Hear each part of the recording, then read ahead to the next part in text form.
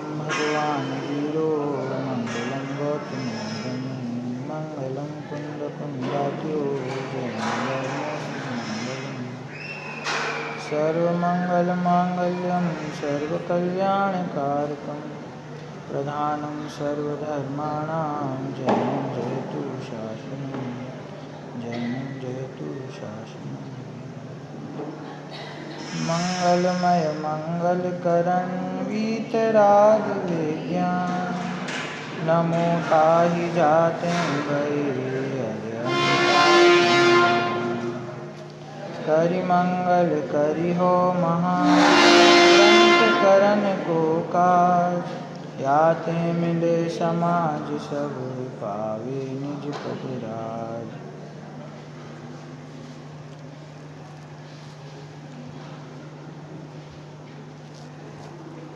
उत्तम आर्जव धर्म का मांगलिक दिन है। एक अपेक्षा हमने पहले ही समझ ली है कि बोलने में भले ही क्षमा धर्म का दिन, मार्दव धर्म का दिन कहा जाए, आर्जव धर्म का दिन कहा जाए, लेकिन वास्तव में इन 10 दिनों में हमें तो एकमात्र अपने आत्मस्वरूप का निर्णय, उसका ज्ञान, उसकी प्रतीति और उसमें स्थिरता का ही प्रयास करना है। और जब जीव सम्यक श्रद्धान और ज्ञान पूर्वक अपने स्वरूप में स्थिर होता है तो वह सम्यक चारित्र अपने आप प्रकट होता है। और सम्यक चारित्र प्रकट होने पर उसके जो लक्षण हैं, जिन्हें हम क्षमा, मार्दव, आर्जव इत्यादि कहते हैं, वे सब लक्षण भी स्वयमेव ही प्रकट होते हैं। जब जीव अनंतानुबंधी कषाय का अभाव करता है तो अनंतानुबंधी कषाय अर्थात अनंतानुबंधी क्रोध, मान, माया, लोभ, ये तो 4 मुख्य कषाय हैं। और बाकी 9 कषायें भी हैं। 9 कषायें कौन सी हैं? हास्य, रति, अरति, शोक, भय, जुगुप्सा, स्त्रीवेद, पुरुषवेद और नपुंसकवेद। तो ये जो 9 कषायें और 4 मुख्य कषायें, इनका अनंतानुबंधी भाग जो है वो समाप्त हो जाता है। और जब अनंतानुबंधी क्रोध आदि भाव समाप्त हो जाते हैं तो उनके अभाव में जो धर्म प्रकट होना है, क्षमा, मार्दव, आर्जव, शौच इत्यादि, ये सब स्वयमेव ही प्रकट होते हैं। क्यों? क्योंकि ये तो आत्मा के ही गुण है ना, आत्मा के गुण की निर्मल पर्याय हैं। तो वे तो अपने आत्मा में वो गुण रहा हुआ ही है। वो जब तक प्रकट नहीं होता तब तक ऐसा लगता है कि इसे प्रकट करना है, लेकिन वास्तव में प्रकट करना नहीं है। जो प्रकट है उसका स्वीकार करना है। अनंत गुणों का धनी है भगवान आत्मा। उस भगवान आत्मा को हमें प्रकट करना है या फिर उसका ये भगवान आत्मा मैं हूँ ऐसा स्वीकार करना है। कभी कभी स्वाध्यायी समाज की दिशा भी थोड़ी सी गड़बड़ हो जाती है।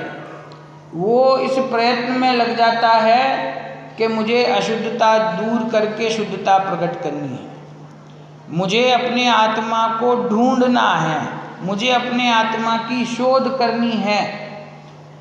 भाषा ऐसी बोले तो कोई तकलीफ नहीं है, भाषा तो व्यवहार वचन ऐसे ही होते हैं, लेकिन जो सच्चा स्वरूप है वो भी ख्याल में होना चाहिए कि उस आत्मा को खोजना नहीं है, वो तो मैं स्वयं ही हूँ।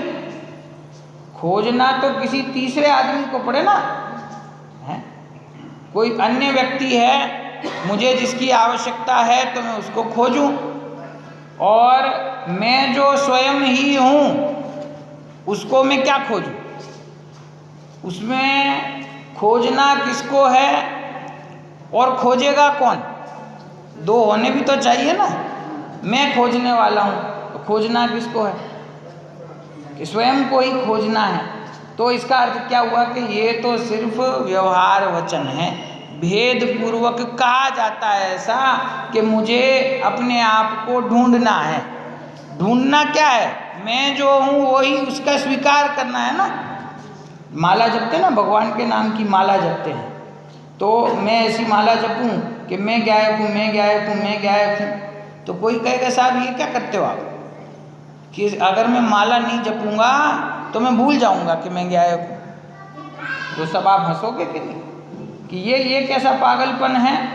जो मैं स्वयं ही हूँ उसको बार बार याद करने की माला थोड़ी जपनी पड़ती है। वो तो जो मैं हूँ वो प्रकट है ना, प्रकट है। तो मेरा भगवान आत्मा प्रकट है। देखो एक नियम है सरल सा कि जो प्रकट है वही प्रकट होता है। जो प्राप्त है उसी की प्राप्ति होती है, प्राप्त की प्राप्ति होती है। जो हमारा है ही नहीं, जो हमसे भिन्न है, उसकी प्राप्ति करना, उसको ग्रहण करना, वो आत्मा का स्वभाव ही नहीं है। तो आप विचार कीजिए कि जो विकारी भाव हैं, क्रोध है, मान है, माया है, लोभ है, ये जो विकारी भाव है ये मेरा स्वभाव है कि नहीं? कि भैया उसका नाम ही पूरी जिनवाणी में विभाव है, उसको कहते ही विकार हैं। इसका अर्थ क्या है? कि क्रोध आदि भाव एक विकार है। विकार मतलब क्या? कि मेरा स्वभाव नहीं है। तो जो मेरा स्वभाव नहीं है उसको तो मैंने अपना माना है, और जो मेरा स्वभाव वास्तव में है, कौन सा मेरा स्वभाव है? ज्ञान दर्शन मेरा स्वभाव है, उसको स्वीकार करने में कठिनाई होती है। तो जब हमारी परिणति, हमारा परिणति किसको कहते हैं? ज्ञान जो है ना, ज्ञान गुण जो है, तो ज्ञान गुण की प्रत्येक समय में एक एक पर्याय प्रकट हो रही है ना। तो वो जो पर्याय प्रकट हो रही है तो उसका कार्य क्या है? जानना। क्या कार्य? जानना, जानना, जानना, जानना, जानना, जानना निरंतर चल रहा है। तो ये जो जानने रूप पर्याय प्रकट हो रही है, इस पर्याय की दृष्टि अनादिकाल के अज्ञान के कारण से बाहर है। बाहर होने से उसको जो सामने दिखाई देता है, हमारी श्रद्धा उसमें रम जाती है कि ये मैं हूँ, ये भाव मेरा है। तो जो मैं स्वयं हूँ उसको तो भूल गया, जानने वाला जो है उसको हम भूल जाते हैं, और जो जानने में आता है उसको अपना मान लेते हैं, उसमें हमारा उपयोग रम जाता है, और इसीलिए कषाय भाव उत्पन्न होता है। एक बहुत सरल उदाहरण देता हूँ आप लोगों को। पूरा संसार और मोक्ष ये कहाँ टिका हुआ है मैं आपको बताता हूँ। अपने जिन मंदिर में ना एक बहुत बढ़िया विशेषता है हरियन जी। क्या? यहाँ पे ना अपन ने भगवान को सब कांच से कवर नहीं किया है ना। अधिकतर मंदिरों में देखते हैं तो वेदी के बाहर कांच लगा हुआ होता है, सुरक्षा की भावना से होता है, वो भी ठीक है। लेकिन उसमें एक बाधा होती है। क्या बाधा होती है? कि कांच लगा हुआ है, हम दर्शन करते हैं, हम पूजन करते हैं, हम बैठते हैं, तो भगवान के सामने देखते हैं तो बीच में कांच है। तो कांच है तो कांच का स्वभाव क्या है? प्रतिबिंबित करना। मिरर नहीं है, आईना नहीं है, लेकिन जो सामान्य कांच भी होता है उसमें थोड़ा प्रतिबिंब तो दिखाई देता है ना सामने का। अब हम भगवान को देख रहे हैं, बीच में कांच है, उस कांच की स्वच्छता में इधर से पीछे से कोई दर्शन करने आ रहा है तो वो भी दिखता है। अब माता बहनें बैठ के जाप दे रही हैं, प्रतिबिंब दिख रहा है, देखो उसकी बहू आई, देखो उसने कैसी साड़ी पहनी है, देखो वो कैसी बातें कर रही है। अब देखना किसको है? भगवान। एक कांच है, उस कांच की स्वच्छता में दो चीजें दिख रही हैं, एक भगवान दिख रहे हैं और एक सामने की वस्तु का अथवा व्यक्ति का प्रतिबिंब दिख रहा है। अब ये आपकी दृष्टि का कमाल है कि आप किसको देखते हो। अगर आपका उपयोग भगवान पर केंद्रित है तो कौन गया, कौन आया, कब आया, कब चला गया, आपको कुछ याद पता नहीं चलेगा और ना याद रहेगा। और अगर उपयोग वहाँ है, कौन आ रहा है, कौन जा रहा है, तो भगवान नहीं दिखेंगे। तो ये कांच का तो जो स्वभाव है वो नहीं बदल सकता, वो तो जैसा है वैसा है। हमारा कर्तव्य क्या है, हमको क्या करना है, हमारी दृष्टि कहाँ है, इस पे सारा संसार और मोक्ष टिका हुआ है। ये ज्ञान जो हमारा प्रकट हो रहा है ना प्रत्येक समय, ये एकदम निर्मल है, दर्पण की तरह निर्मल है। ये ज्ञान की पर्याय प्रत्येक समय जानने का कार्य कर रही है। अब उसमें जानने में क्या आ रहा है कि अब ये सारे पदार्थ हमको दिखाई दे रहे हैं, ये सब हमें जानने में आ रहे हैं, हमारे विकारी भाव हमें जानने में आ रहे हैं, हमारा कर्म का उदय हमें जानने में आ रहा है, हमारा ये शरीर और शरीर से संबंधित अन्य जीव और अन्य पदार्थ, ये सब नो कर्म जानने में आ रहे हैं। तो जहाँ वो द्रव्य कर्म, भाव कर्म, नो कर्म दिखाई देता है ज्ञान में, तो ज्ञान क्या करता है, हमारी परिणति क्या करती है कि वो जहाँ से उत्पन्न हुई, ज्ञान है किसका, ज्ञान कहाँ से उत्पन्न होता है, ज्ञान का स्रोत क्या है, कहाँ से आया, कि वो जिस आत्म स्वभाव में से प्रकट होता है उसको तो भूल जाता है और जो सामने दिखाई देता है उसमें रम जाता है। तो उसको लगता है ये देखो क्रोध का भाव हुआ तो मैं क्रोधी, राग हुआ तो मैं रागी। अब उसको कहते हैं कि भैया वास्तव में राग तेरा स्वभाव नहीं, तेरा स्वभाव तो ज्ञान है। तो उसको ये बात कठिन लगती है, उल्टा होता है। क्या होता है, जो अपना स्वभाव है उसको समझना तो कठिन लगता है, और जो बाहर में राग आदि है उसको स्वीकार करना बहुत सरल लगता है। क्यों कि अनादिकाल का उसका विपरीत अभ्यास चल रहा है। तो ये जो विकारी भाव हैं, ये विकारी भाव तो उत्पन्न तब हुए जब हम अपने स्वभाव की सीमा से बाहर निकल गए। यदि हम अपने स्वभाव के द्रव्य क्षेत्र काल भाव की सीमा में हमारा उपयोग टिक जाए तो फिर कोई बाधा ही नहीं है, फिर कोई विकार है ही नहीं। वो सीता जी थी ना जंगल में, कहानी सबने सुनी है। तो उनकी रक्षा के लिए लक्ष्मण ने एक रेखा बना दी कि माता जी इसके अंदर रहना, भाभी माँ, जब तक आप इस सुरक्षा चक्र के अंदर हो, जब तक आपके ऊपर कोई बाधा नहीं आ सकती। हम कुछ देर में लौट के आएंगे, तब तक आप इस रेखा के अंदर रहना। प्रसिद्ध है ना लक्ष्मण रेखा, उस लक्ष्मण रेखा के अंदर रहना है। और उन्होंने मंत्रित करके रेखा बना दी। अब सीता जी जब तक उसके अंदर हैं, जब तक कुछ नहीं हो सकता, जब तक कोई बाधा नहीं, कोई कष्ट नहीं, कोई उनके ऊपर अटैक नहीं कर सकता, कोई कुछ नहीं बिगाड़ सकता। लेकिन क्या हुआ कि रेखा पार करके बाहर गई, रेखा पार करके बाहर गई तो रावण ने अपहरण कर लिया। अब हमको पूरे जगत को दोष दिखता रावण का, लेकिन सीता की जो दशा हुई उसमें उनका स्वयं का दोष था कि नहीं था कुछ, कि उन्होंने रेखा लांगी क्यों? जब उनको समझाया था कि आप इसके अंदर रहो, तो रेखा लांग के गए। तो अब उसके बाद में कहाँ जाएंगे और क्या होगा वो तो बहुत लंबी कहानी है। तो ये जीव है, ये अपने ज्ञान, दर्शन, चारित्र, अनंत गुण रूपी सीमा के अंदर रहे तो इसका कौन क्या बिगाड़ सकता है?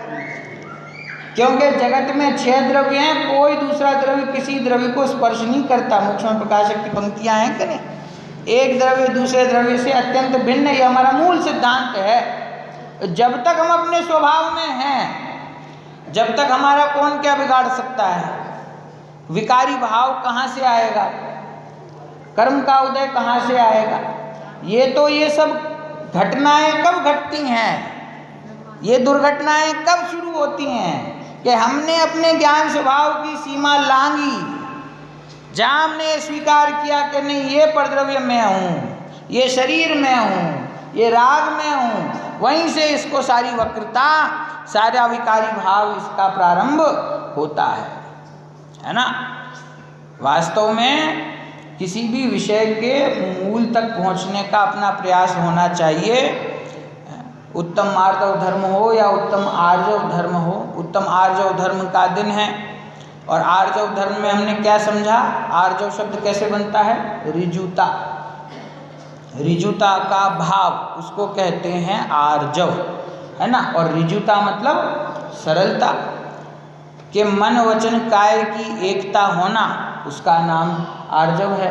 और मन वचन काय में वक्रता होना है। मन में होए सो वचन उचरिए, वचन होए सो तन सो करिए, कि जो सरल जीव होता है उसके मन में जो होता है वचन में भी वही बात कहता है और अपनी काया से कार्य भी वैसा ही करता है। और जिसके अंदर में माया कषाय है, जिसके अंदर में वक्रता है, वो सोचता कुछ और है, कहता कुछ और है, करता कुछ और है, तो ये हमारे जीवन में नहीं होना चाहिए, है ना।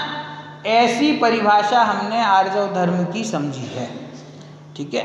लेकिन आप ये विचार कीजिए कि मन वचन और काया की एकता, क्या इसी का नाम आर्जव है?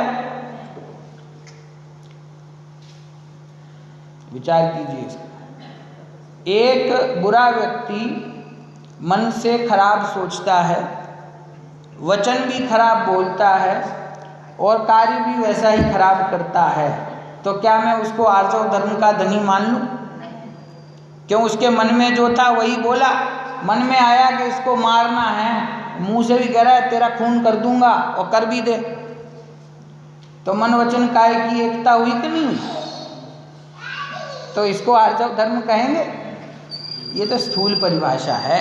और वास्तव में ये सारे धर्म मैंने कहा था आपसे कि मुख्यतया तो मुनिराजों के लिए जिनवाणी में इनका वर्णन आया है। ये उन मुनिराजों के लिए बात है कि उनके मन में जो दया का परिणाम, करुणा का परिणाम चलता है वो वचन में आ जाता है, क्रिया में आ जाता है, तो भव्य जीव निहाल हो जाते हैं। उनके वचन सुन के और उनकी क्रिया को देखकर जीवों को मोक्ष मार्ग की प्रेरणा मिलती है। ये तो उन मुनिराजों की बात है, ये अज्ञानी जीव की बात नहीं है। इतने विकार लेके हम बैठे हुए हैं मन में, हमारे मन के विकार हम कह दें और उसको कर दें तो पूरी दुनिया में एक दिन में प्रलय आ जाएगा। वास्तव में मन वचन काय की एकता, उसका नाम उत्तम आर्जव धर्म, ये व्यवहार की परिभाषा है। देखिए एक और न्याय आपको बताता हूँ कि सिद्ध परमात्मा को उत्तम आर्जव धर्म है या नहीं है? सिद्ध भगवान के उत्तम आर्जव भगवान हैं, वो 10 धर्म के धारी होते हैं कि नहीं होते? कि मुनिराज होते हैं, गृहस्थ होते हैं, लेकिन सिद्ध परमात्मा में 10 धर्म है कि नहीं? अरे कुछ तो बोलो भाई, कठिन प्रश्न तो नहीं पूछ रहा हूँ, है? तो सिद्ध परमात्मा में यदि उत्तम आर्जव धर्म है तो उनके मन है, उनके वचन हैं, उनकी काया है, तो फिर आर्जव धर्म कहाँ से आया? जब तीनों ही नहीं है, मन भी नहीं है, वचन भी नहीं है, काया भी नहीं है, तो आर्जव धर्म कहाँ से आए? जबकि उनको तो सबसे उत्कृष्ट प्रकार का आर्जव धर्म प्रकट है ना। अब बिल्कुल नीचे आ जाओ, निगोद का जीव है, उसके काया है, एक इंद्रिय है ना, तो काया है, उसके वचन हैं और उसके मन है ही नहीं, तो उसको माया कषाय प्रकट है कि नहीं? एक इंद्रिय जीव को माया कषाय होती है, चारों कषाय होती हैं और अति तीव्रता से होती हैं। हम जान पाएं या नहीं जान पाएं ये अलग बात है, केवली भगवान के ज्ञान में तो आ रहा है ना। तो जिसको मन वचन काय तीनों नहीं है उसको माया कषाय संभव है, और जिन सिद्ध परमात्मा को मन वचन और काया तीनों ही नहीं है उनको उत्तम आर्जव धर्म संभव है। दोनों तरफ उदाहरण हमारे पास उपलब्ध है, न्याय उपलब्ध है। इससे समझ में आता है कि इस आर्जव धर्म को मात्र मन वचन काया की एकता कहने से पूरी परिभाषा समझ में नहीं आती है। ये तो हमारे बाहर के, देखिए इस अज्ञानी जीव के अनादिकाल से ये जो कषाय भाव कर रहा है, तो इसके परिणामों में इतनी वक्रता आ गई है, उसको वहाँ से हटाने के लिए ऐसा उपदेश दिया गया कि भैया अपने परिणामों में सरलता लाओ। सरलता लाओगे तो क्या होगा कि तुम्हारे मन में जो है वो तुम कह भी दो तो कोई तकलीफ ना हो, जो तुम्हारे मन में है वो तुम कर दो तो कोई तकलीफ ना हो। इतनी सरलता हमारे जीवन में होनी चाहिए है। भोजन कितना शुद्ध बनाना चाहिए रोज अपने घर में कि मुनिराज आ जाएं तो आहार देने में तकलीफ ना हो है। कितनी शुद्धता चाहिए कि मुनिराज आहार लेने के लिए आ जाएं तो हमारे घर में ऐसा ना हो अरे महाराज जी आ गए, हमने तो पिज़्ज़ा बनाया है, अब महाराज जी को कैसे दें। महाराज जी आए हैं हमने तो लेकिन ये बाहर की चीज़ बनाई है तो कैसे दें, तो तकलीफ होगी ना। लेकिन पहले से ही शुद्ध बना हुआ हो तो कोई तकलीफ नहीं, मुनिराज आ जाए तो उनको आहार करा देंगे। तो ऐसे ही ये मन के अंदर सरल परिणाम हो तो किसी से कहना पड़ जाए तो कोई दिक्कत नहीं, कही जा सकती है मन की बात, और वैसा ही कार्य करूं तो भी दिक्कत नहीं, क्योंकि कोई ऐसी बात ही नहीं है जिससे दूसरे का अहित हो। तो ये सदाचार के लिए ये परिभाषा बनाई है ताकि हमारे परिणामों में सरलता रहे। लेकिन जब हम इसका सूक्ष्म विचार करते हैं तो हमको ये समझ में आता है कि परिणामों की सरलता आएगी कैसे, परिणामों में से मायाचारी जाएगी कैसे। मायाचारी कहाँ पे काम करती है कि जब हमें हमारा कोई कार्य सिद्ध करना हो, कोई वस्तु चाहिए हो और सीधी रास्ते से ना मिल रही हो तो टेढ़ी उंगली करते हैं, क्या कहते हैं, टेढ़ी उंगली से घी निकलता है। तो कैसे भी करके मायाचारी जीव जो है वो कैसे भी करके सच बोल के झूठ बोल के मायाचारी करके अपने कार्य को सिद्ध करना चाहता है। अब उसकी ये परिणाम जो है विकारी, इसका अभाव कैसे हो और उत्तम आर्जव धर्म कैसे प्रकट हो। मन वचन काय की एकता को एक बार के लिए मैं व्यवहार से ऐसा समझूं कि ये ही धर्म है, तो ये व्यवहार धर्म भी कैसे प्रकट हो। तो उसको प्रकट करने के लिए सत्य वस्तु को पहचानना, बाहर में 5 इंद्रिय के विषय भोग हैं उसके प्रति वैराग्य का भाव होना, उसमें अनासक्ति का परिणाम होना और परद्रव्य से उपयोग हटकर अपने स्वरूप का अनुभव करना।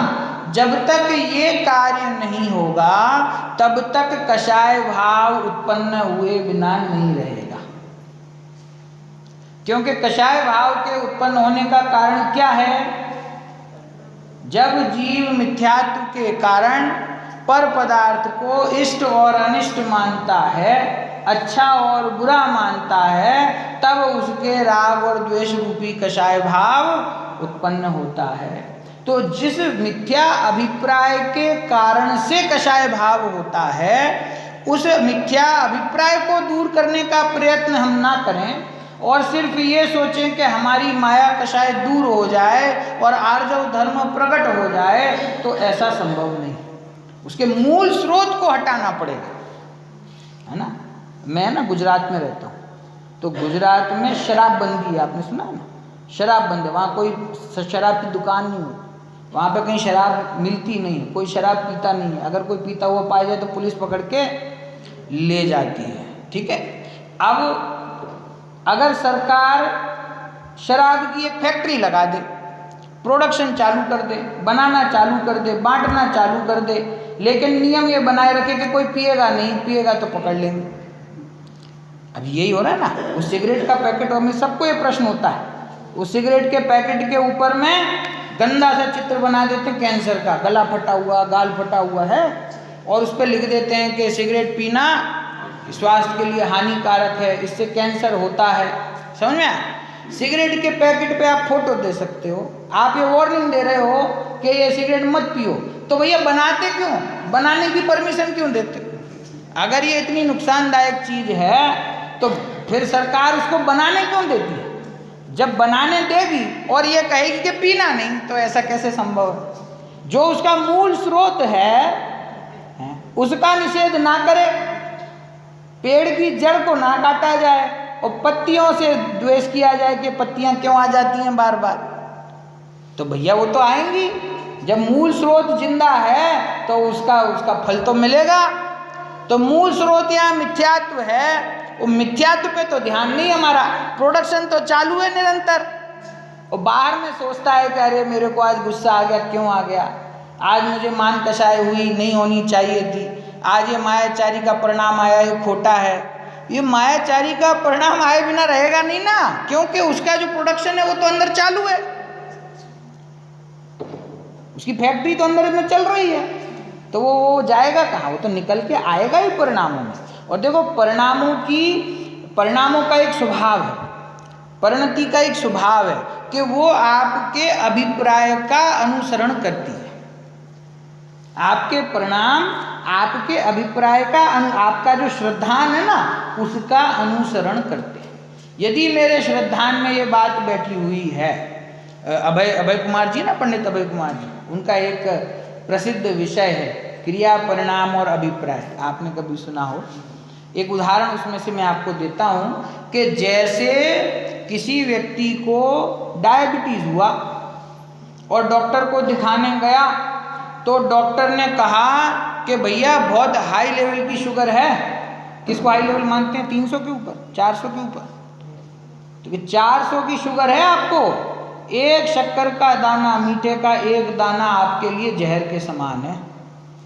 तो व्यक्ति समझदार है, वो नहीं चाहता कि मेरा ये रोग बना रहे, तो उसने क्या निर्णय किया कि ठीक है डॉक्टर साहब, आज से मैं कुछ भी मिठाई नहीं खाऊंगा। क्या विचार करता है? घर पहुंच गया, क्या विचार करता है कि अब आज से मुझे मीठा नहीं खाना है, और क्रिया में जो खाने की क्रिया चल रही थी उसको भी बंद कर देता है। तो क्रिया में मीठा खाना रुक गया, और परिणाम मतलब जो चिंतन चल रहा है उसमें भी क्या चल रहा है कि ये मेरे लिए हानिकारक है, ये नहीं खाना चाहिए, ठीक है।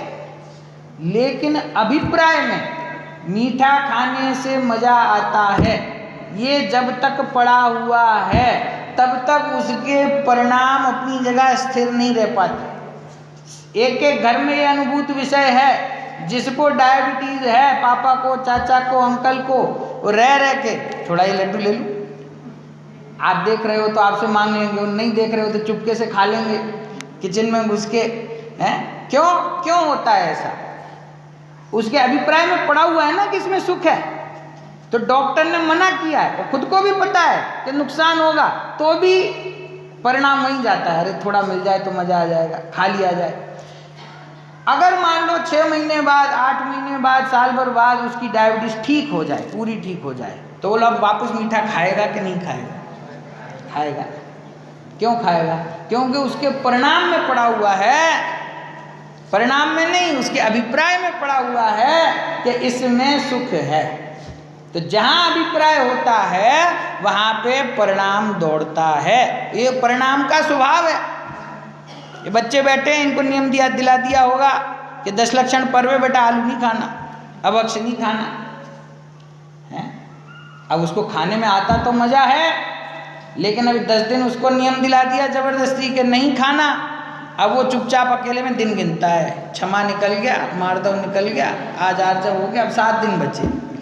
पहले ऐसे गिनता रहे यार 10 दिन है, फिर कहता है 9 दिन है, फिर 7 दिन है, फिर उल्टी गिनती चालू, अब तो बस 4 ही बचे, अब तो 3 ही बचे। और जो ही खत्म हुआ त्यों खाने के लिए दौड़ता है। तो क्यों दौड़ता है? क्योंकि उसके अभिप्राय में क्या पड़ा हुआ है, वहाँ मजा है। तो ऐसे ही जब तक हमारा अभिप्राय क्या कह रहा है कि पर द्रव्य में सुख है, ये 5 इंद्रिय के विषय भोग मेरे सुख के कारण हैं, ये ना मिले तो मेरे लिए दुख हो जाएगा, जब तक ये अभिप्राय में ये वासना पड़ी हुई है तब तक परिणाम कहाँ जाएगा? बार बार वहीं दौड़ेगा, उसको आप रोक नहीं सकते। हम कोशिश करते हैं कि हम अपने परिणाम को पलट दें, परिणति को पलट दें, 5 इंद्रिय के विषय भोग में लगी हुई परिणति को पकड़ के इधर आत्मा में ले आएं। ऐसे नहीं आती है वो पकड़ने। उसको पकड़ने के लिए पहले अपने अभिप्राय को बदलना हो। जब अपने अभिप्राय में ये बात समझ में आएगी कि बाहर के 5 इंद्रिय के विषय भोग मैं अनादिकाल से भोग रहा हूँ, परंतु आज तक मैं सुखी नहीं हुआ, इसमें वास्तव में सुख नहीं है, भगवान ने, सर्वज्ञ परमात्मा ने मेरे स्वभाव में सुख बताया है, इसीलिए मैं अपने स्वभाव की प्राप्ति का प्रयत्न करूँगा। जब उसको ये अभिप्राय होगा तब उसका परिणाम अपने आप बाहर से हटके अपने स्वभाव में आएगा। तो यदि क्रोध, मान, माया, लोभ इन कषायों का हम अभाव करना चाहते हैं तो इसके लिए हमें सर्वप्रथम मिथ्यात्व का अभाव करना होगा। और आप कर्णान योग का आधार ले लीजिए। विपरीत श्रद्धान का कारण कौन सा कर्म है? अतत्व श्रद्धान का कारण कौन सा कर्म है? चलिए सीधा प्रश्न पूछता हूं कि दर्शन मोहनी कर्म का क्या कार्य है? दर्शन मोहनी से क्या होता है? दर्शन मोहनी का अभाव करना है कि नहीं करना? क्यों करना है? क्या दिक्कत है? क्या तकलीफ है दर्शन मोहनी से? पाप का बंद होता है। क्या दिक्कत है? दर्शन मोहनी कर्म का पर्टिकुलरली क्या काम है? क्या करता है वो? क्या तकलीफ पहुंचाता है आपको? विपरीत श्रद्धा। क्या काम है उसका? विपरीत श्रद्धा। और चारित्र मोहनी कर्म का कार्य क्या है? कषाय भाव। क्या कार्य है उसका? कषाय भाव। अब दर्शन मोहनी कर्म का अभाव कौन से गुण स्थान में होता है? अभाव चौथे गुण। दर्शन मोहनी का अभाव हुआ तो सम्यक दर्शन प्रकट हुआ ना। तो दर्शन मोहनी का अभाव कौन से गुण स्थान में संभव है?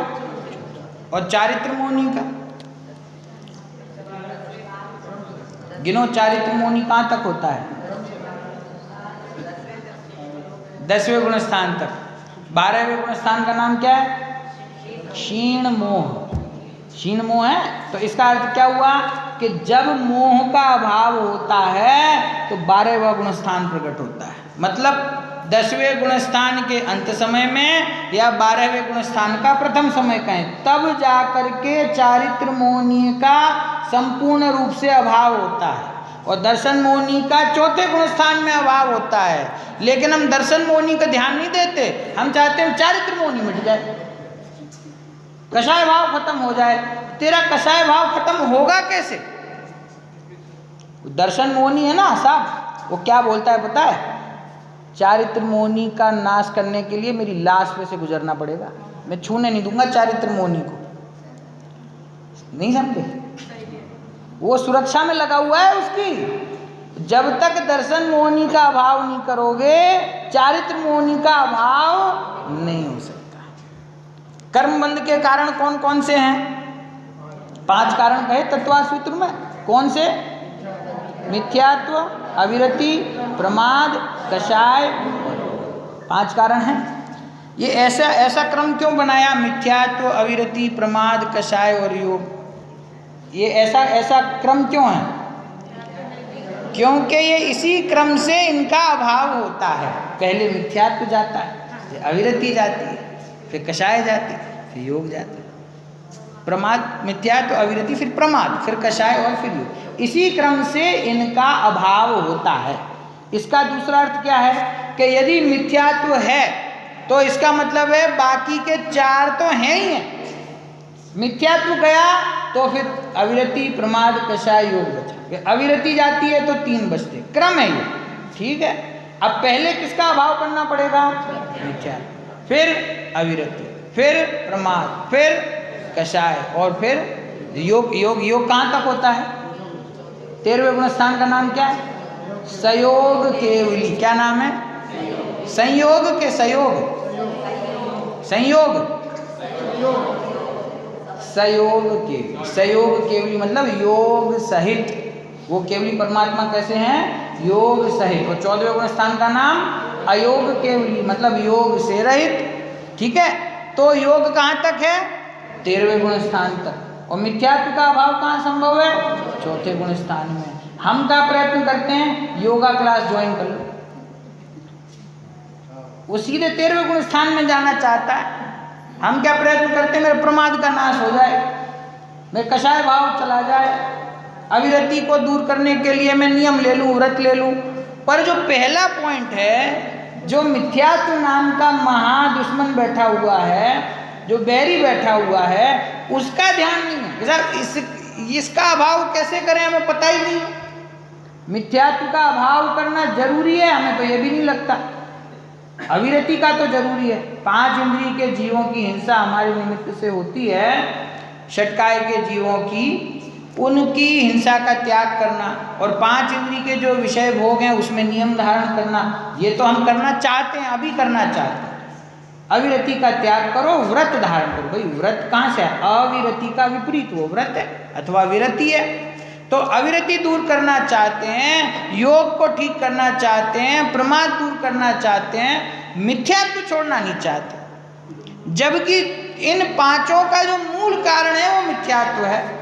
और कर्णान योग का नियम कहता है कि जब तक मिथ्यात्व नहीं जाएगा इनमें से एक भी नहीं जाएगा, चाहे कितना भी प्रयत्न कर लो। है तो हमारा प्रयत्न कहाँ से प्रारंभ होना चाहिए? पहली सीढ़ी पे पैर नहीं रखना चाहते, सीधी 13वीं सीढ़ी पे जंप लगाना है तो गिरोगे भी। वो क्रम है उसका। पहले मिथ्यात्व का अभाव 4th गुण स्थान, फिर व्रतादि का धारण 5म गुण स्थान, फिर ज्ञान और वैराग्य की शक्ति बढ़ती है तो 24 प्रकार के परिग्रहों का त्याग होकर के 6ठा 7वां मुनिराज का गुण स्थान आता है। कोई चाहे कि मैं मिथ्यात्व तो ना छोड़ूं, मैं व्रत तो धारण ना करूं, मैं वैराग्य तो अंदर में ना जगाऊं, मैं सीधा मुनि बन जाऊंगा, तो मुनि बन तो सकते हो, कोई दिक्कत नहीं है, लेकिन वो लाभ नहीं होगा ना। वो जिस क्रम से तुम्हें आगे बढ़ना था, मुनिराज के जीवन के लिए शास्त्र में कहा कि उनको 3 कषाय चौकड़ी का अभाव वर्तता है, मतलब अनंतानुबंधी, अप्रत्याख्यान, प्रत्याख्यान। 3 कषाय चौकड़ी संबंधी कषाय भावों का उनके अभाव हुआ है। अब अगर इस क्रम से आगे ना बढ़े हों तो उन कषाय चौकड़ी का अभाव कैसे संभव होगा? तो इसीलिए समस्त प्रकार के विकारी भावों का मूल, समस्त प्रकार के कषाय भावों का मूल ये मिथ्यात्व है। ये इसी शास्त्र में कहा है, मुक्ष्मा प्रकाशक में, मिथ्यात्व बैरी का अंश भी बुरा है।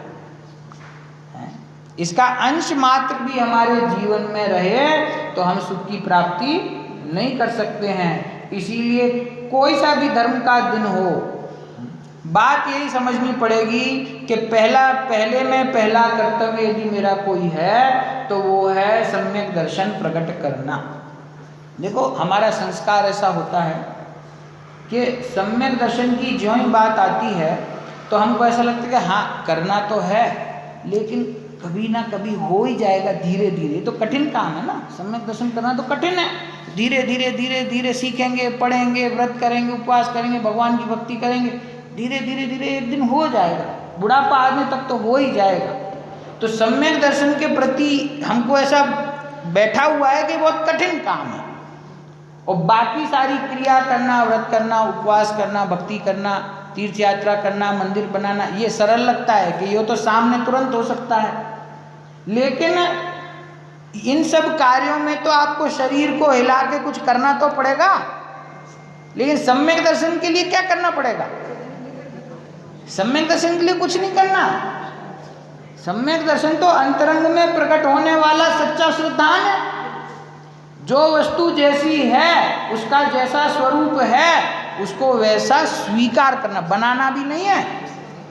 आत्मा को शुद्ध बनाना नहीं है। आपका आत्मा भी अशुद्ध है और आप पुरुषार्थ करके उसको शुद्ध कर दोगे। उसके लिए आप रोज ये पुरुषार्थ कर रहे हो ना, धर्म मार्ग पर चलने का। ऐसा आत्मा है अपना अशुद्ध, और पुरुषार्थ पूर्वक शुद्ध होता है। वो तो शुद्ध ही है पहले से, उस शुद्धता का स्वीकार नहीं है, इसीलिए परिणति में अशुद्धता है। उस ज्ञान स्वरूप भगवान आत्मा का स्वीकार नहीं है, इसीलिए परिणति में अज्ञान है। वो कर्म से रहित अपने आत्मा का स्वीकार नहीं है, इसीलिए परिणति में कर्म का बंधन है। ये बात अगर अपने को समझ में आ जाए, एक भेद है अंदर में, जो मेरा आत्मा है ना, उस आत्मा में एक भेद पड़ा हुआ है। क्या भेद पड़ा हुआ है कि एक तो उसमें एक त्रिकाल वस्तु का अंश है, और एक उसमें वर्तमान में पलटती हुई पर्याय है। 2 चीज है। एक प्रत्येक समय देखो, कोई भी चीज है ना, ये मोबाइल है, तो ये कौन सा द्रव्य है? जीव, पुद्गल, धर्म, धर्म, आकाश, काल, क्या है ये? पुद्गल है ना। अब ये पुद्गल द्रव्य के कुछ खास परमाणुओं को परिवर्तित करके, परिणमित करा करके ये मोबाइल बन गया, ये स्कंद ऐसा बन गया। अब ये 1-2 साल में खराब हो जाएगा, फिर आप फेंक दोगे या मोबाइल की दुकान पर बेच दोगे, फिर वो मोबाइल वाला इसके पुर्जे पुर्जे कर देगा, अलग अलग कर देगा, कुछ पार्ट्स को गला देगा, कुछ को कहीं और डाल देगा। फिर इसका क्या होगा, क्या होगा? ये पुद्गल जो है इसका नाश हो जाएगा। क्या होता है? पुद्गल द्रव्य तो पुद्गल द्रव्य ही रहता है, सिर्फ उसकी पर्याय पलट जाती है। तो दो चीज है ना, उस पुद्गल द्रव्य में दो चीज है। एक उसका त्रिकाल स्वभाव जो कभी पलटता नहीं है, स्पर्श रस गंध वर्ण रूप पुद्गल परमाणु हमेशा वैसे के वैसे रहेंगे। कि कभी वो पुद्गल मिट के कभी जीव बन सकता है क्या?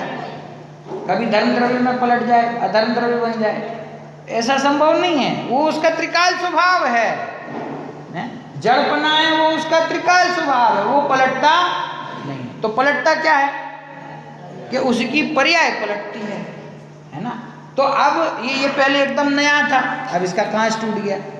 तो ये जो पलटना हुआ ये कहाँ हुआ?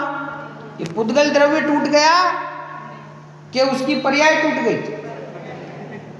देखो हम शास्त्र में पढ़ते हैं ना कि जब ये पूरा एक काल चक्र पूरा होता है तो प्रलय आता है, एक प्रलय आता है कि नहीं आता है? तो ये अभी 5वां काल चल रहा है, फिर 6वां काल आएगा, फिर 6वां काल पूरा होगा तो क्या होगा? हैं? पुनः 6वां आएगा। वो पुनः 6वां आएगा ना, उससे पहले प्रलय होती है, समझ में है ना। तो हम पढ़ते हैं शास्त्र में 7-7 दिन की प्रलय होती है, जल की, अग्नि की, वायु की, बहुत सारी प्रकार की प्रलय। अब वो जब प्रलय आती है तो पूरे जगत का नाश हो जाता है, समझ में? तो वास्तव में नाश हो जाता है क्या है? ये जो पुद्गल परमाणु है, तो प्रलय आएगी तो पुद्गल रूप रहेगा कि कुछ और हो जाएगा? उसका जीव रूप रहेगा कि वो मर्ज के खत्म हो जाएगा? जीव रहता है, पुद्गल रहता है। तो फिर होगा क्या? ये जगत का नाश हो जाएगा, ये बात शास्त्र में कही। इसका अर्थ क्या कि भाई वो जो परिणति पर्याय वर्तमान में दिख रही है वो पर्याय पलट जाएगी। तो दो चीज स्वीकार करते हो। मैं तो ये इसलिए दे रहा हूँ, ये दो उदाहरण मैंने इसलिए दिए कि एक वस्तु में दो भेद हैं, मेरे आत्मा में दो भेद है, एक त्रिकाली अंश है और एक वर्तमान की पर्याय है। आप लोगों को समझ में आया? और समझाऊं?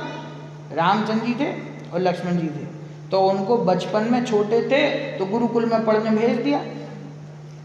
अभी जैसा नहीं होता था पहले, वो गुरुजी के आश्रम में भेज देते थे पढ़ने, सीधे बच्चे ग्रेजुएट होके 25 साल के शिक्षा खत्म करके फिर घर आते थे, समझे? 5 साल के भेजे थे और 25 साल के लौट के आए तो माँ ने गले लगा लिया, ओ मेरा बेटा राम आ गया। कि माँ तुमने कैसे पहचाना है? वो जब गया था जब 2 फुट का था, आज वो 5.5 फुट का है। जब गया था जब इतना छोटा सा था, आज उसका रंग रूप, पूरी हाइट बदल गई, सब बदल गई। तो कैसे पता चला कि ये वही बच्चा है? एक अंश ऐसा होता है बालक के अंदर, वो कभी पलटता नहीं है। वो चाहे कितना भी बड़ा हो जाए, कितना भी पतला हो जाए, कितना भी मोटा हो जाए, हम पहचान जाते हैं ना कि नहीं, ये वही व्यक्ति है। आपने मुझे 10 साल पहले देखा होता और अभी जमीन आसमान का फर्क है, लेकिन फिर भी आप पहचान जाओगे, अरे ये वही है। कैसे पता चलता है? एक अंश अंदर ऐसा है जो कभी पलटता नहीं है और एक बाहर की पर्याय ऐसी है जो निरंतर पलटती रहती है। तो आत्मा में 2 अंश हैं, एक मेरा त्रिकाल स्वभाव है, ज्ञान स्वरूप, आनंद स्वरूप, सुख स्वरूप, वो कभी भी पलटता नहीं है, और एक मेरी वर्तमान परिणति है जिसमें निरंतर पलटना चलता रहता है। मैं कभी मनुष्य बनता हूँ, कभी तिर्यंच गति में जाता हूँ, कभी देव गति में जाता हूँ, कभी नरक में जाता हूँ। तो ये पलटा, तो ये पलटा हुआ तो मेरे आत्मा में कुछ पलटा कि आत्मा वैसा का वैसा रहा? आत्मा तो वैसा ही रहा ना। तो ये तो स्थूल पर्याय की बात हो गई। अब इसको सूक्ष्मता पे लाओ कि मेरी परिणति में निरंतर मोह राग द्वेष का भाव हो रहा है। कभी मुझे क्रोध आता है, कभी मुझे प्रेम आता है किसी के ऊपर, कभी मुझे वात्सल्य का परिणाम आता है, कभी गुस्सा आता है, कभी मायाचारी होती है, कभी मान होता है। अब ये जो परिणति में पलटना हो रहा है, उस समय मेरा आत्मा क्या कर रहा है? उस समय मेरा जो त्रिकाल स्वभाव है वो वैसा ही है कि उसमें कुछ पलट जाता है? वो वैसा ही रहता है। वो वैसा रहता है, इसीलिए उसका आश्रय लेकर परिणति में शुद्धता प्रकट होती है। ये मुनिराज ध्यान लगाते हैं आत्मा का, और आत्मा का ध्यान लगा के सिद्ध बन जाते हैं। तो ध्यान लगाने की क्या जरूरत है? उनको क्या जरूरत है ध्यान लगाने की? कि आत्मा में इतनी शक्ति है कि एक समय के लिए जो उसका ध्यान लगा ले, उसका अनादिकाल का अज्ञान मिट के सम्यक दर्शन प्राप्त होता है। और एक अंतर्मुहूर्त तक उसका ध्यान लगा ले तो अनादिकाल का संसार चक्र खत्म होकर के मोक्ष की प्राप्ति होती है कि नहीं बोलो? है? भरत चक्रवर्ती के जीव ने मोक्ष प्राप्त किया कितनी देर में? एक अंतर्मुहूर्त। एक अंतर्मुहूर्त में कोई ऐसी शक्ति इस दुनिया में मौजूद है जो हमारे अनादिकाल के संसार को खत्म करके और हमको सिद्धशिला में ले जाए। कौन सी वस्तु है बोलो? कौन सा ऐसा भाव है, कौन सा ऐसा परिणाम है, कौन सी ऐसी वस्तु है जिसमें इतनी शक्ति है? एक ही चीज है पूरे जगत में, अपना आत्म स्वभाव। इसके अलावा जितने भी भाव हैं जो तुम्हें अच्छे लगते हैं, बढ़िया लगते हैं, उत्कृष्ट लगते हैं, वो उनसे ये उसमें इतनी शक्ति नहीं है कि वो आपको मोक्ष में ले जाए। मोक्ष में जब जाते हैं ना, सारे भाव छूट जाते हैं, हमको पता नहीं है। कर्णानुयोग भी पढ़ते हैं, द्रव्यानुयोग भी पढ़ते हैं, लेकिन उसकी संधि, उसका मिलान करके कभी नहीं देखते।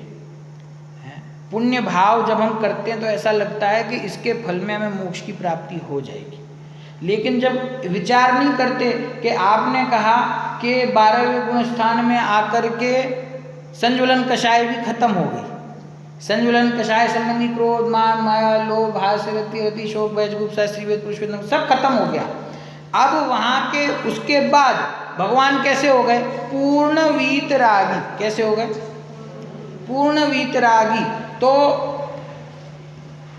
द्वेष तो उनका नाश हो गया, लेकिन राग का तो कुछ अंश तो बचा होगा ना। राग होता है थोड़ा भगवान को वात्सल्य का परिणाम, करुणा का परिणाम कुछ होता है। तो शुभ भाव जो है, शुभ भाव तो मोक्ष में जाने के बहुत पहले यहीं संसार में खत्म हो जाता है। समझ में आ रही बात? द्वेष तो पहले खत्म हो ही जाता है, राग भाव भी मोक्ष में जाने से पहले यही खत्म हो जाता है, शुभ भाव यही खत्म हो जाता है। उसके बाद मोक्ष की प्राप्ति होती है। भाव कितने प्रकार के होते हैं? नहीं, उनकी बात नहीं कर रहा हूँ। एक शुभ भाव, एक अशुभ भाव और एक शुद्ध। 3 प्रकार हैं, है ना? लगी हुई शुभ भाव, अशुभ भाव और अशुद्ध भाव। वास्तव में 2 ही भेद हैं, 3 भेद नहीं है। 2 ही भेद हैं, शुद्ध भाव और अशुद्ध भाव। और अशुद्ध भाव के 2 भेद हैं, शुभ भाव और अशुभ भाव। वो जितना कुछ शुभ भाव है ना, वो अशुद्ध भाव की श्रेणी में है। क्यों?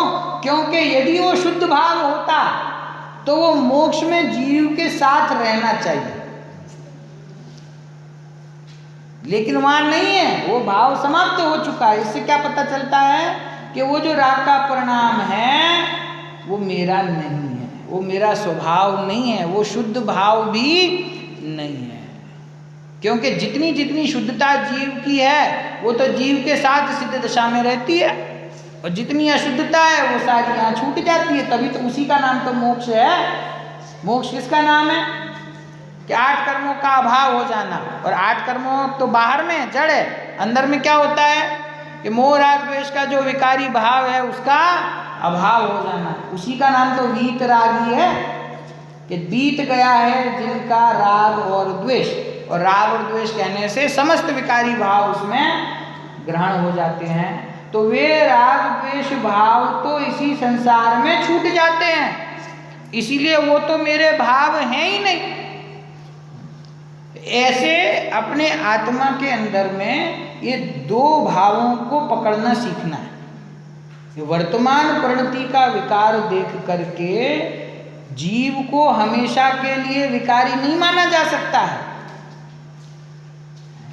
जैसे कोई व्यक्ति शराब पी लेता है तो शराब के नशे में आ जाता है, उल जलूल बोलता है, वो दूसरे दिन सुबह ठीक हो जाता है जब नशा उतर जाता है। होता है कि नहीं ठीक होता है? तो उस एक व्यक्ति में 2 व्यक्ति हैं कि नहीं? एक अभी सामने खड़ा हुआ शराबी, उन्मत्त, कुछ भी कह रहा है, कुछ भी कर रहा है, और एक वही दूसरे दिन सुबह आपसे कहेगा साहब क्षमा चाहता हूँ, कल शराब पी के पता नहीं मैंने आपसे क्या कह दिया। तो दो अलग अलग वस्तु है कि नहीं है?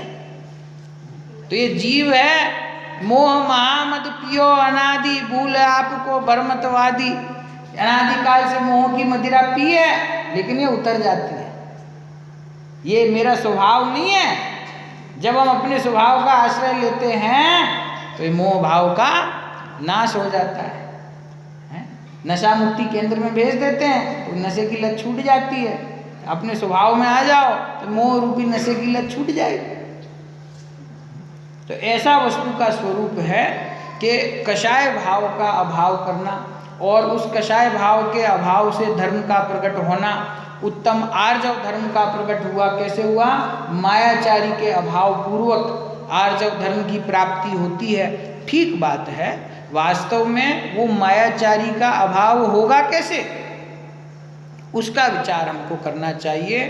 धर्म की आराधना, हम शब्द तो बड़ी सरलता से कह देते हैं कि हम ये 10 दिनों में आराधना कर रहे हैं, पर आराधना में हम क्या करते हैं? क्या आराधना करते हैं? भजन गा रहे थे कि हमारे बढ़िया इतना सुंदर आवाज में गाते हैं। पापा कहाँ है? रंग माँ रे प्रभु तारा ही रंग माँ रंगी गए। कौन से रंग में रंग है साहब? मुझे भी तो बताओ, भगवान का कौन सा रंग है? हमने क्या बोला? भगवान तेरे रंग में मैं रंग गया। कौन सा रंग है भगवान का? उनका रंग तो वीतरागता है। अगर तू वीतरागता में रंग गया तो बहुत इससे बढ़िया कुछ नहीं है। लेकिन तू रंग रहा है राग में और कहता है भगवान में तेरे रंग में रंग गया। भगवान कहेंगे तू अच्छा मेरे पे दोष लगा रहा है, मेरे रंग राग मेरा तो काम ही नहीं है, मैं तो वीतराग हो गया। तुझे मेरे रंग में रंगना है तो स्वागत है तेरा, लेकिन उसके लिए क्या करना पड़ेगा? जो काम मैंने किया वही काम तुझे करना पड़ेगा। जैसे मैंने अपने स्वरूप का अनुभव किया और सिद्ध दशा प्राप्त करी, ऐसे ही तुम भी अपने स्वरूप का अनुभव करो, सिद्ध बन जाओ। यहाँ सिद्ध इस्लाम में हमारे बाजू में आके बैठ जाओ, फिर कहना कि प्रभु आपके रंग में रंगे। तो ये बात शोभा देगी। कब शोभा देगी? कि जब हम स्वयं सिद्ध बन जाएंगे, जब हम स्वयं सिद्ध शिला में विराजमान होंगे, तब ये बात सच्ची कहलाएगी कि भगवान आपके रंग में देखो हम रंग गए। आपने तीनों कर्म छोड़ दिए, हमने भी छोड़ दिए। आपने शरीर छोड़ दिया, हमने भी छोड़ दिया। आपने विकार छोड़ दिए, हमने भी छोड़ी। तब जाकर के सिद्ध का रंग कहलाएगा ना। तो अपनी परिणति, उसमें जो वर्तमान विकार है, उस वर्तमान विकार से दृष्टि हटा करके अपने त्रिकाल स्वभाव पर दृष्टि करना, यही वर्तमान विकार को दूर करने का उपाय है। और ऐसा उपाय हमारे जीवन में आए, उसी का नाम सच्ची आराधना है। देखिए अष्टपाहुड़ ग्रंथ में गाथा है, भाव पाहुड़ में अर्थ बताता हूँ उसका। उसमें कहा कि लोक में जो वंदनीय ऐसे राजा, सामान्य जनता होती है, प्रजा होती है, किसको नमस्कार करती? राजा को। कि लोक में जो वंदनीय ऐसे राजा, वे राजा जिसको नमस्कार करते हैं ऐसे चक्रवर्ती, चक्रवर्ती जिनको वंदन करते हैं ऐसे इंद्र आदि, और इंद्र जिसको वंदन करते हैं ऐसे तीर्थंकर परमात्मा, और तीर्थंकर परमात्मा जिसको वंदन करते हैं, तीर्थंकर परमात्मा किसको वंदन करते हैं? तीर्थंकर परमात्मा जिसको वंदन करते हैं ऐसा मैं हूँ। मैं मतलब आपके लिए आप और मेरे लिए मैं, ऐसा मेरा स्वभाव है। तीर्थंकर परमात्मा तीर्थंकर बने कैसे? कि उन्होंने अपने स्वयं की आराधना, इसका नाम आराधना है। कि जो अपनी आराधना करता है वो सीधा भगवान बन के ही रहता है, फिर उसमें कुछ बीच में रास्ता नहीं है। तो हमको ऐसी आराधना करनी है कि हम स्वयं आराध्य बन जाएं।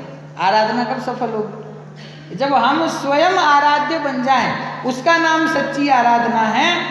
और बाकी खाली मुंह से बोल के कि हम आराधना कर रहे हैं, तो उससे आराधना नहीं होती। मेरा अभिप्राय आप बिल्कुल सही पकड़ना, यहाँ पे किसी के लिए कोई निंदा टीका टिप्पणी नहीं है। मैं भी आपके साथ ही शामिल हूँ। वो सारे शुभ भाव हमको भी आते हैं, भगवान के प्रति विनय का परिणाम हमको भी होता है। लेकिन हमको अंतरंग में ये निर्णय होना चाहिए कि ये जो जितना कुछ परिणाम है ये मेरे लिए वास्तव में बंध का कारण है, और यदि मुझे इससे छूटना है तो जैसे भगवान ने भगवान के दर्शन को सम्यक दर्शन का कारण कहा कि नहीं कहा है? भगवान का दर्शन है, उस दर्शन से सम्यक दर्शन होता है। कैसे होता है सम्यक दर्शन? कि उन्होंने उनका जैसा स्वरूप है ऐसा ही स्वरूप मेरा है, ऐसा निर्णय करके अपने स्वरूप में समाता है, उसको सम्यक दर्शन होता है। समूह शरण में जाते हैं ना जी भगवान के पास, तो समूह शरण में जाते हैं तो कुछ तो भगवान के पास चले जाते हैं भगवान की दिव्य ध्वनि सुनने, और कुछ जाते हैं तो रंग राग में मशगूल हो जाते हैं, क्योंकि वहाँ तो बिल्कुल जादू मंत्र सर्कस चल रहा होता है। देवों की शक्तियों के द्वारा इतना सुंदर सुंदर रचना, इतने बढ़िया रास्ते, इतना बढ़िया तालाब, नृत्य चलते रहते हैं।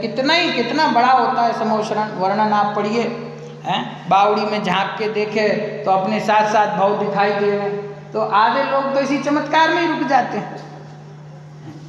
लेकिन जो भव्य होता है वो उसको पता है कि मेरा लक्ष्य क्या है, वो सीधा भगवान के पास जाता है ऊपर दिव्य ध्वनि सुनने के लिए। भगवान तक जाने के लिए 20,000 सीढ़ी होती हैं, समझे? तो वो जिसको भगवान की वाणी सुननी है वो ऊपर जाता है, लाभ लेना है वो ऊपर जाता है, और कोई रंग राग में नीचे रुक जाता है। तो अपने साथ ऐसा ना हो जाए कि अपन खाली रंग राग में रुके रह जाए। भगवान तक पहुंचना है अपने को, तो पहुंचना नहीं है, भगवान बनना है। तो इस मार्ग को हम बिल्कुल समझ को, अब देखो वास्तव में ये मार्ग कठिन नहीं है, मैं सबसे कहता हूँ, चाहे वो छोटी उम्र के बच्चे हों, युवा हों, वृद्ध हों, ये मार्ग कठिन नहीं है। हम अभ्यास नहीं करते इसीलिए हमको कठिन लगता है।